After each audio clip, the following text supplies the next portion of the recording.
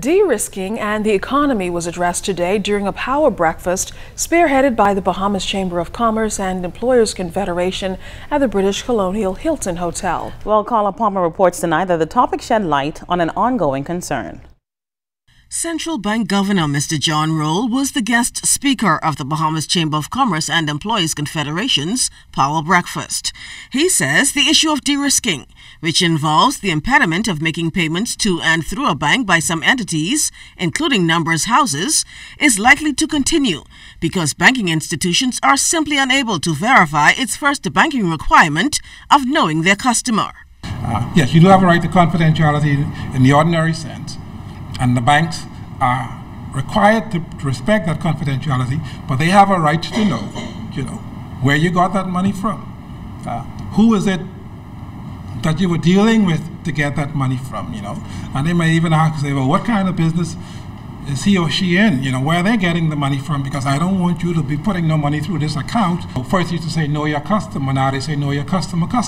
The central bank governor says with this uncertainty by financial institutions, they would rather enforce the policy of de-risking and not deal with what is perceived to be a questionable transaction at all.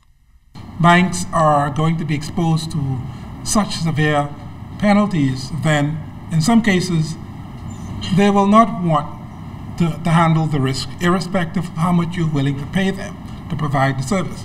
Still, Mr. Roll says collectively, a solution must be sought to deal with this issue of financial inclusion in the country, particularly as the numbers houses are now legal. In fact, he says a lack of inclusion could perpetuate sidelined financial activity. This is not an issue just for the Bahamas. How do you make sure that, you, on some level or the other, you can track, your documented versus undocumented person from an immigration standpoint? But in terms of your financial transaction, those persons in this country are the ones who are involved with so much of the money transmissions activities.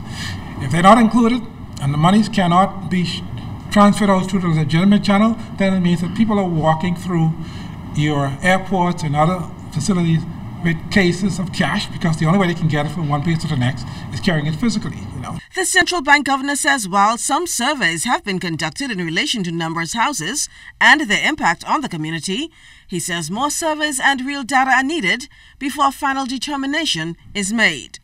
Carla Palmer, ZNS Network News.